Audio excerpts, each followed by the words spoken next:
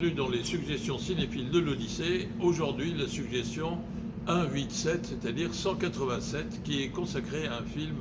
de la période anglaise, encore le dernier de la période anglaise de Alfred Hitchcock, et le film s'appelle Lady Vanishes, une femme disparaît.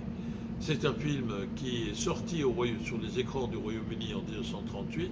En France, il ne sortira qu'en 1952, au sortir de la Deuxième Guerre mondiale, mais c'est un film encore près ou avant Deuxième Guerre mondiale de Hitchcock et son dernier, je le répète, de la période britannique. Alors, ce film est un véritable bijou. Encore une fois, toutes les thématiques hitchcockiennes sont à l'œuvre dans ce film. Et elles continueront à être à l'œuvre et seront déclinées à chaque fois selon des modalités différentes, y compris dans la période américaine qui commencera à partir de 1940. Monsieur et Madame Smith, c'est une comédie. Et puisque je dis que c'est une comédie, eh bien disons que dans Lady Vanishes, bien sûr, il y a une intrigue qui est un peu tragique, il y a des gens qui meurent, il y a une affaire d'espionnage, mais en même temps, il y a beaucoup d'humour, comme il y en avait d'ailleurs dans les 39 marches. Et l'histoire est simple, nous sommes dans un train quelque part en Europe centrale, un train qui ressemble furieusement à l'Orient Express, et cette Europe centrale qui semble être la cause de toutes les tourmentes qui conduisent inéluctablement à la Deuxième Guerre mondiale. Eh bien, là, au wagon-restaurant, dans le wagon-restaurant font connaissance une jeune femme et une femme plus âgée, très lady, qui donne l'apparence d'une personne très assise et habituée à une routine faite de règles traditionnelles considérées comme quasi sacrées, le tea time, j'en passe et des meilleurs. Et dans cet environnement, car ce train est un micro-univers, on n'est pas au Royaume-Uni, bien sûr, mais on est dans un microcosme où on voit comment le Royaume-Uni, enfin, des personnages qui constituent le microcosme symbolique ou métaphorique du Royaume-Uni, et l'environnement plus malfaisant, plus inquiétant, plus suspect, évidemment, des gens qui viennent d'Europe centrale. Et notre jeune héroïne, eh bien, se rend compte que cette dame très gentille, très affable, une grand-mère ou une tante âgée dont elle aimerait que, notamment les veillées de Noël, puisqu'on vient de passer le réveillon de Noël, ce qui est l'occasion pour moi, au nom de l'équipe de l'Odyssée, de vous souhaiter d'avoir passé un joyeux Noël, réveillon de Noël, et de vous présenter mes meilleurs voeux déjà pour l'année 2022. Je ferme cette parenthèse. On aimerait que des tantes de ce genre vous racontent à Noël des histoires à dormir debout, et le ton apaisant avec lequel elles le font, eh bien, vous font croire à la vraisemblabilité de ces histoires, et que tout est possible dès lors que c'est une dame rassurante, incarnant la bonté, qui vous les raconte. Eh bien, en fait, cette femme disparaît. Personne ne s'en rend vraiment compte parce qu'elle fait partie du décor au point que, eh bien, elle apparaît comme un élément indispensable, mais que personne n'a remarqué. Et sauf cette jeune femme qui arrive à convaincre tout le monde qu'elle a disparu. Et c'est le début d'une course-poursuite où la jeune femme et un jeune médecin très élégant, neurologue si j'ai bonne mémoire, eh bien, mais tout en humour britannique flegmatique évidemment, eh bien, vont devoir traverser, car en réalité, des forces obscures, nuisibles, despotique, en tout cas avec des mœurs politiques différentes de celles du Royaume-Uni,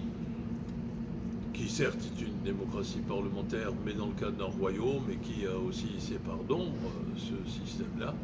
eh bien, sont persuadés que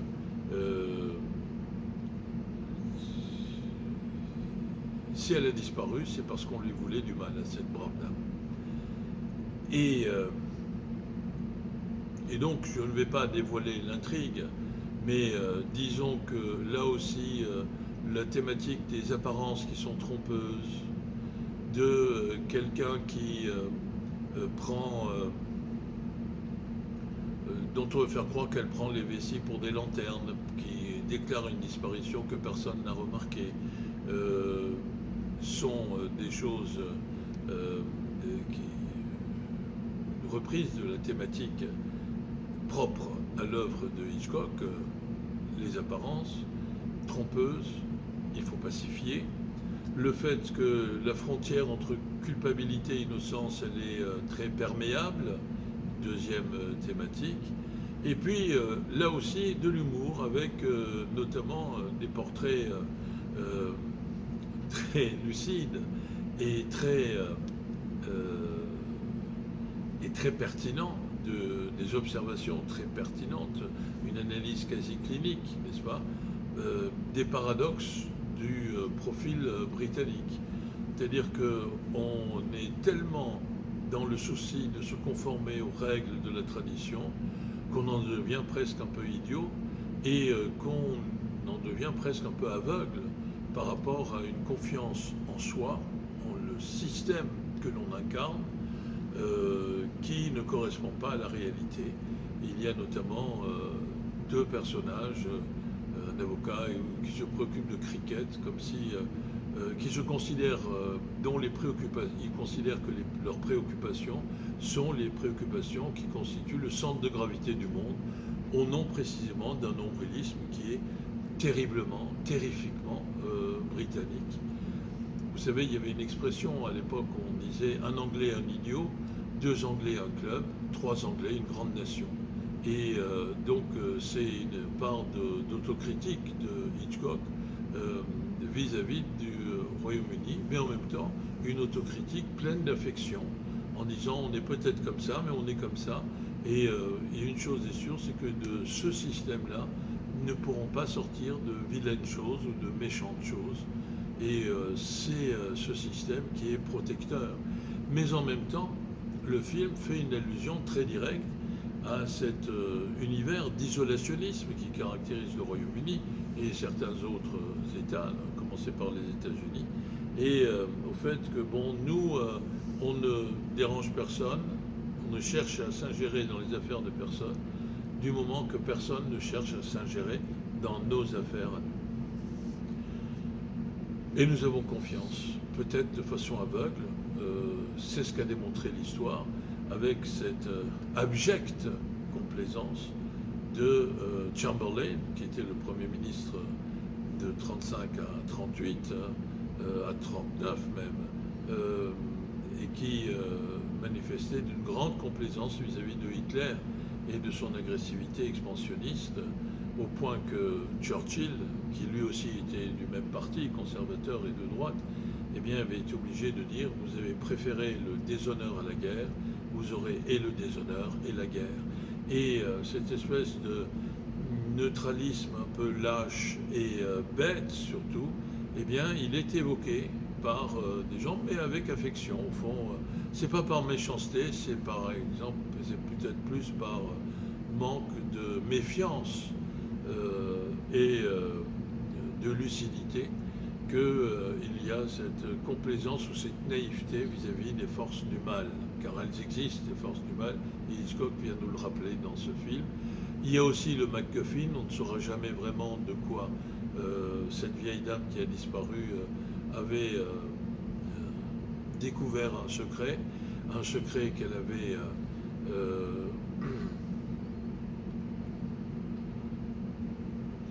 transcrit ou retranscrit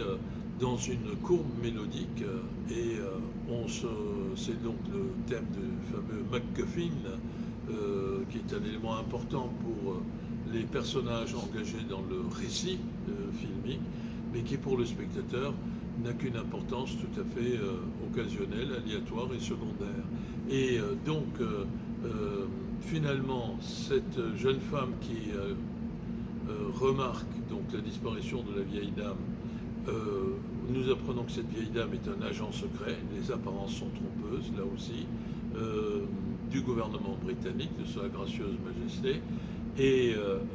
que finalement, eh bien, elle est parvenue à se sauver, et c'est la mélodie musicale qui sera le révélateur de cette réunification qui se opérera dans les coulisses d'une salle officielle, d'un bureau officiel du gouvernement de Sa Majesté à Londres, après avoir été rompu à l'intérieur d'un wagon-restaurant dans un train circulant à travers l'Europe.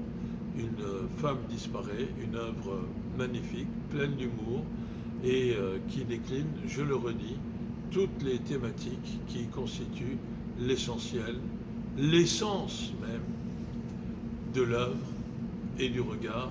et de la contribution de Alfred Hitchcock au 7e art. Alors, il ne vous reste plus qu'une chose à faire, même si vous avez déjà vu le film, de venir le revoir, où ça, dans votre cinéma préféré, je l'espère, à l'Odyssée. Il est à l'affiche jusqu'au 11 janvier 2022. À très bientôt, merci, au revoir.